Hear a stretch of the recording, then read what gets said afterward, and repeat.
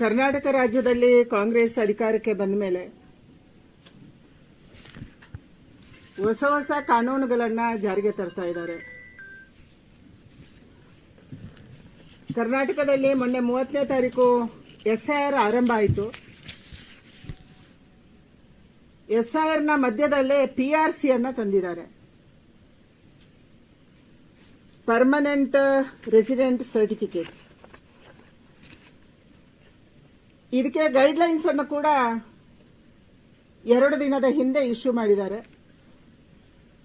Operational framework for facilitation and time bound assurance of permanent residence certificates ಅಂತ ಹೇಳಿ ಮಾಡಿದ್ದಾರೆ. ಅಂದರೆ ಶಾಶ್ವತ ನಿವಾಸ ಪ್ರಮಾಣ ಪತ್ರ, ಸುಗಮ ಮತ್ತು ಕಾಲಬದ್ಧ ವಿತರಣೆಗೆ ಸರ್ಕಾರಿ ಪ್ರಮಾಣ ಪತ್ರಗಳು ಮತ್ತು ನಾಗರಿಕ ಸೇವೆಗಳ ವಿತರಣೆಗೆ ಕಾರ್ಯಾಚರಣಾ ಚೌಕಟ್ಟು. ಈ ಹೊಸ ಪ್ರಮಾಣ ಪತ್ರ ಎಲ್ಲಿಂದ ಬಂತು? ಭಾರತದ ಸಂವಿಧಾನ ಆರ್ಟಿಕಲ್ 14ರ ಅಡಿಯಲ್ಲಿ ಭಾರತದಲ್ಲಿ ಭಾರತೀಯರಿಗೆ ಒಂದು ದೇಶ ಒಂದು ಪೌರತ್ವ ಇದೆ. ಈ ಒಂದು ದೇಶ ಒಂದು ಪೌರತ್ವಕ್ಕೆ ವಿರೋಧಾಭಾಸವಾಗಿ ಇವತ್ತು ಪರ್ಮನೆಂಟ್ ರೆಸಿಡೆನ್ಸ್ ಸರ್ಟಿಫಿಕೇಟ್ಸ್ ಅನ್ನ ಕರ್ನಾಟಕ ರಾಜ್ಯದಲ್ಲಿ ವಿತರಣೆ ಮಾಡೋಕ್ಕೆ ಕಾಂಗ್ರೆಸ್ ಹೊರಟಿದೆ. ನಮ್ಮ ದೇಶದಲ್ಲಿ ಪೌರತ್ವ ನೀಡಕ್ಕೆ ಅಧಿಕಾರ ಇರುವಂತದ್ದು ಕೇವಲ ಕೇಂದ್ರ ಸರ್ಕಾರಕ್ಕೆ ಮಾತ್ರ. ಕೇಂದ್ರ ಸರ್ಕಾರಕ್ಕೆ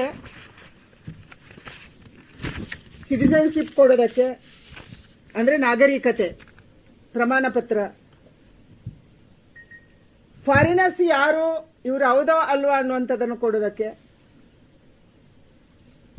ವಲಸೆ ಸರ್ಟಿಫಿಕೇಟ್ ಕೊಡೋದಕ್ಕೆ, ಅಂದ್ರೆ ಇಮಿಗ್ರೇಷನ್ ಸರ್ಟಿಫಿಕೇಟ್ ಕೊಡೋದಕ್ಕೆ, ಇದೆಲ್ಲವನ್ನ ಇಂಟರ್ನಲ್ ಸೆಕ್ಯೂರಿಟಿಯ ಆಧಾರದಲ್ಲಿ, ಅಂದ್ರೆ ಆಂತರಿಕ ಭದ್ರತೆಯ ಆಧಾರದಲ್ಲಿ ಕೇಂದ್ರ ಸರ್ಕಾರ ಮಾಡುತ್ತೆ. ನಮ್ಮ ಸಂವಿಧಾನ ಕೂಡ ಇದನ್ನೇ ಹೇಳಿದೆ, ಒಂದು ನಾಗರಿಕರಿಗೆ ಒಂದು ಪೌರತ್ವ ಇರಬೇಕು. ಆದ್ರೆ ಕರ್ನಾಟಕದಲ್ಲಿ ಇವತ್ತು ಪರ್ಮನೆಂಟ್ ರೆಸಿಡೆನ್ಸ್ ಸರ್ಟಿಫಿಕೇಟ್ ಅನ್ನ ಯಾಕೆ ಕೊಡಕ್ಕೆ ಹೊರಟಿದ್ದಾರೆ? ಇದರ ಹಿಂದಿರುವಂತಹ ಷಡ್ಯಂತ್ರ ಏನು, ಉದ್ದೇಶ ಏನು ಸರ್ಕಾರದ್ದು? ಎಸ್ಐಆರ್ ಅನ್ನ ಹಳ್ಳ ಹಿಡಿಸುವಂತ ಕೆಲಸ ನಡೀತಾ ಇದೆ.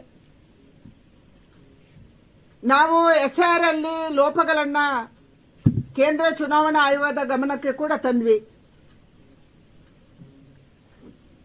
ಒಂದೇ ಕಡೆ ಮಸೀದಿಗಳಲ್ಲಿ, ಮದ್ರಾಸಗಳಲ್ಲಿ, ಶಾಲೆಗಳಲ್ಲಿ ಕೂತ್ಕೊಂಡು ಎನ್ಯುಮರೇಷನ್ ಫಾರ್ಮ್ ಅನ್ನ ಕೊಡ್ತಾ ಇದ್ದಾರೆ, ತುಂಬ್ತಾ ಇದ್ದಾರೆ ಅನ್ನುವಂತ ಗಮನಕ್ಕೆ ತಂದ್ವಿ. ಮನೆ ಮನೆಗೆ ಹೋಗ್ತಾ ಇಲ್ಲ ಅನ್ನುವಂತ ಗಮನಕ್ಕೆ ತಂದ್ವಿ. ಇದೆಲ್ಲ ಆದ ತಕ್ಷಣ ಕಾಂಗ್ರೆಸ್ ಸರ್ಕಾರಕ್ಕೆ ನೆನಪಾಯಿತು,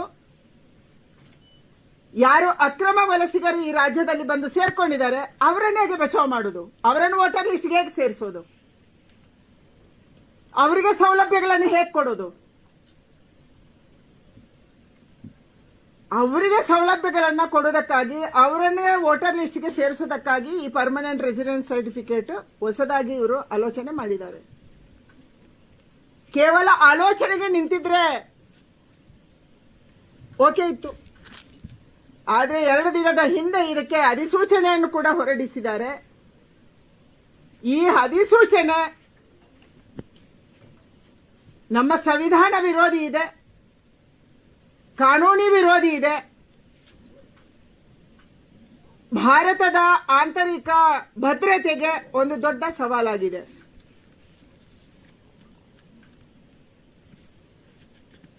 ಇಲ್ಲಿಗಲ್ ಇಮಿಗ್ರೆಂಟ್ಸ್ ಅನ್ನ ಇವತ್ತು ಕಾನೂನುಬದ್ಧಗೊಳಿಸುವುದಕ್ಕಾಗಿ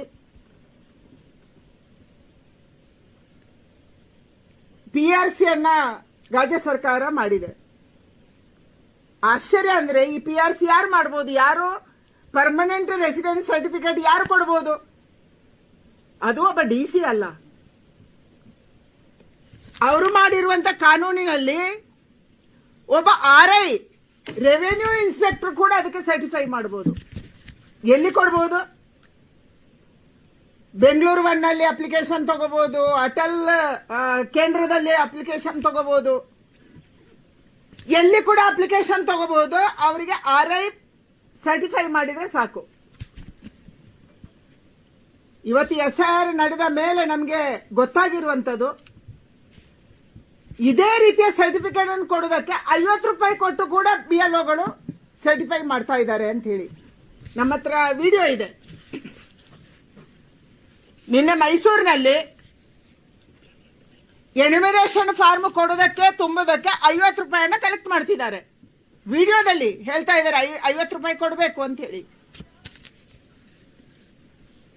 ಅಂದ್ರೆ ಕರ್ನಾಟಕದಲ್ಲಿ ಈ PRC ದುರುಪಯೋಗ ಆಗೋಲ್ಲ ಅನ್ನೋದಕ್ಕೆ ಖಾತ್ರಿ ಯಾರು ಖಾತ್ರಿ ಮಾಡ್ತಾರೆ? ಮತ್ತೆ ಭಾರತದ ನಾಗರಿಕತೆಯನ್ನು ಕೊಡೋದಕ್ಕೆ ನೀವು ಯಾರು? ಇದನ್ನು ಕೇಂದ್ರ ಸರ್ಕಾರ ಕೊಡಬೇಕು.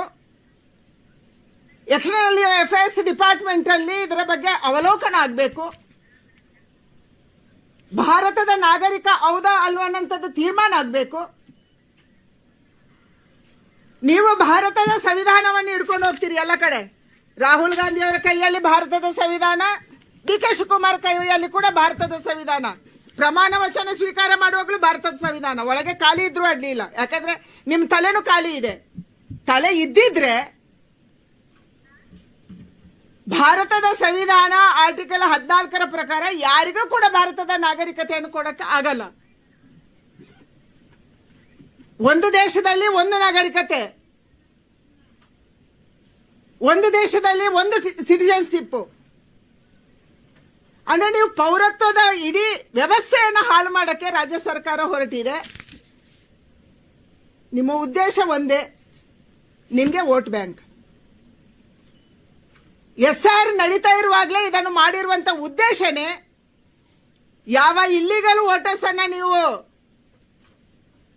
ಬಾಂಗ್ಲಾದೇಶದಿಂದ ವೆಸ್ಟ್ ಬೆಂಗಾಲ್ ಮೂಲಕ ಕರ್ಕೊಂಡು ಬಂದಿದ್ರಿ ಇಷ್ಟು ವರ್ಷಗಳ ಕಾಲ, ಕಳೆದ 20-25 ವರ್ಷಗಳ ಕಾಲ, ಅವರನ್ನ ಈ ರಾಜ್ಯದ ನಾಗರಿಕರು, ಈ ದೇಶದ ನಾಗರಿಕರು ಮಾಡಕ್ಕೆ ನೀವು ಹೊರಟಿದ್ದೀರಿ. ಅವರಿಗೆ ಪೌರತ್ವ ಕೊಡಕ್ಕೆ ಹೊರಟಿದ್ದೀರಿ. ಈ ರಾಜ್ಯದ ಜನ ಎಚ್ಚರ ವಹಿಸಬೇಕಾದ್ದು. ನಾನು ಇಲ್ಲಿರುವಂತ ಮುಸಲ್ಮಾನ ಬಂಧುಗಳಿಗೆ ಕೂಡ ವಿನಂತಿ ಮಾಡ್ತೀನಿ, ಯಾರು ಕರ್ನಾಟಕದ ನಾಗರಿಕರಿದ್ದೀರಿ, ಯಾರು ಕರ್ನಾಟಕದ ಪ್ರಜೆಗಳಿದ್ದೀರಿ, ನಿಮ್ಮ ಹಕ್ಕನ್ನು ಕೂಡ ಅವರು ಕಿತ್ಕೊಳ್ಳೋರಿದ್ದಾರೆ.